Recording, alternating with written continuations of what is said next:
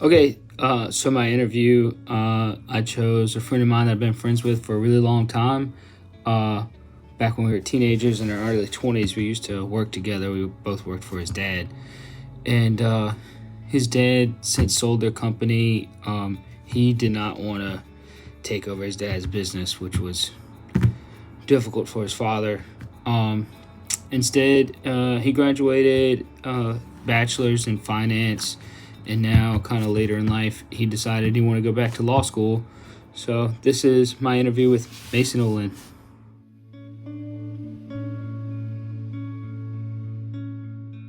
Just an introduction. My buddy Mason Olin, and Yeah, I'm Mason. I been friends with Matt for over 20 years. I've been to high school with him, college for a while, and back in college obviously. And I'm currently in college myself. I'm at law school at LSU Law School, Paula M. Hebert. I'll be graduating in 2024. and just what inspires you to go back to law school? Part of what inspired me to go back to law school was a change of circumstances in my career. My dad is who I worked for a long, probably too long, 20 years or so. He had a company that I helped him manage for a long time, and the opportunity to sell that company presented itself. And when he approached me about selling the company, I basically told him to take advantage of it, and I would find my own way. And that's when I basically sat down and got to the books and figured out that I wanted to go to law school, and started studying for the LSAT, did well on the LSAT, got a full ride scholarship to LSU Law, so I'm making a late change in careers. I guess I started at about 32, I'm 35 now, and I'll be 37 when I graduate, starting my new career. So I know you have an uncle who's been a lawyer for a really long time. Was there something specifically about law that attracted you to want to pursue that career?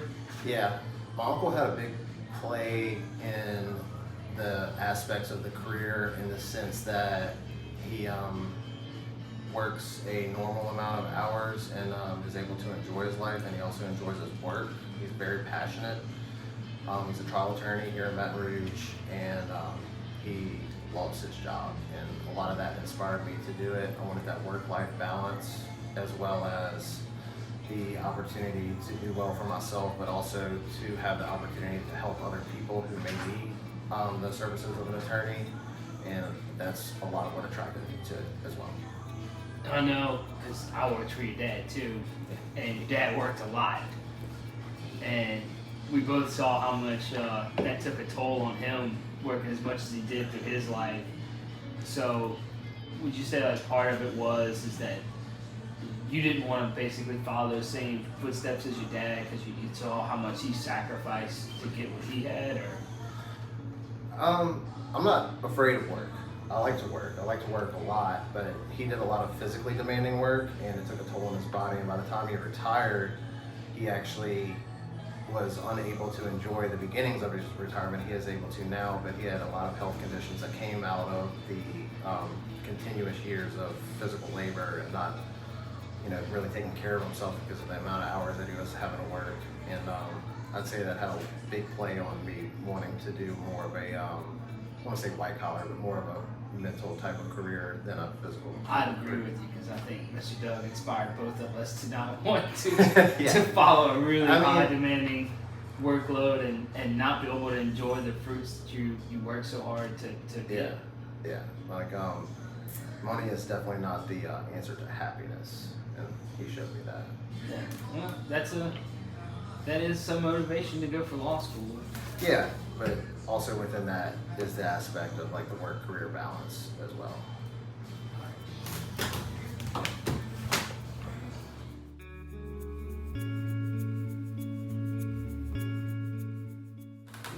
As you're transitioning your career, you're going through law school, you obviously want to become a lawyer.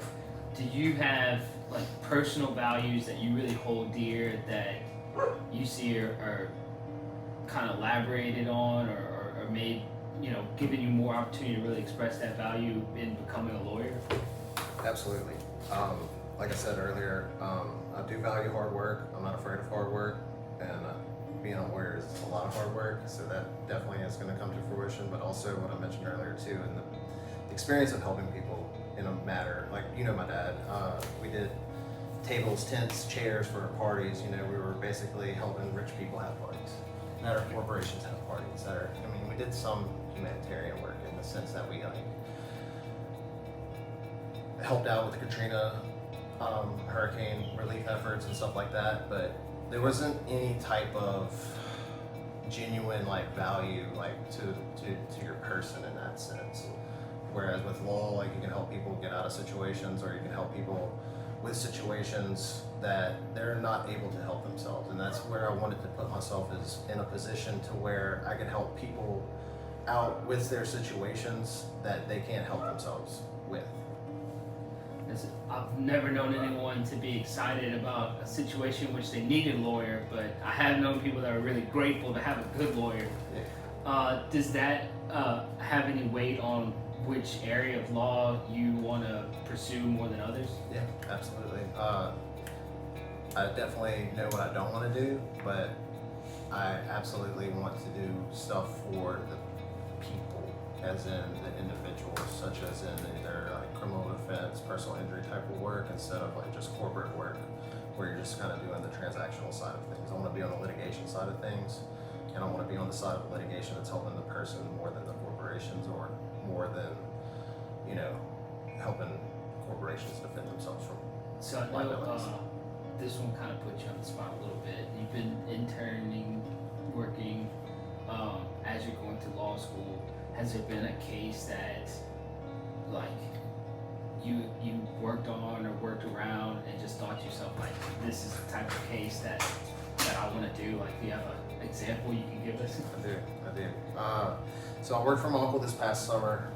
It's 2022 right now, and 3/4 of my summer was pretty much focused on one trial that we were having, and he's a personal injury attorney, and the kid involved in this situation had his arm ripped off of his body, and he also had his leg is completely disfigured. He's gonna struggle to walk his entire life. But basically, the entire summer was getting ready for trial, and as I learned more and more and more about this specific case, I came to the realization, these people that are in these horrific accidents, and no fault of their own. Clearly, he wasn't even driving; he was in the back seat. He needs compensation in some form in order to survive. Basically, he's not going to be able to make it through life without the compensation of being able to pay for his prosthetic arms, or to pay to learn how to walk again. Through all that type of rehabilitation, and his parents don't have anything. They can't come out. They can't come up with any of that out of pocket. So, and it was the fault of other people. So that puts our firm in a situation to where we can help him obtain the help that he needs in order to be a productive member of society, to be who he wants to be, to thrive, to make it through life in the way that he was supposed to make it through life. That's awesome. I imagine that's a lot more impactful than all the table sets and chairs we went up for fancy parties. So it sounds a lot to do with everything, why I'm doing what I'm doing. It's kind of cool to hear somebody in a career where they get so involved with somebody's life. That's going to change that young man's. Well, unfortunately, he had the accident, but everything from this point is going to put his life on a trajectory that maybe necessarily wouldn't have happened. Yeah, I couldn't imagine where he would be without the intervention of a good litigation team. That's awesome. I'm glad you found something where your own personal values really have an impact in the career you've chosen. It's really cool to see it happening so early too, while I'm still in school, and doing internships and all stuff like that while I'm still in school. So that's it. I was really happy to hear that Mason's in pursuing a career that I think will really make him happy. It was great that he's going to be able to bring some of his own personal values into what he does every day, instead of doing something because, his parents, his dad thought he should do it, or take over his family business. So that's it. That's all my interview. Thank you for watching.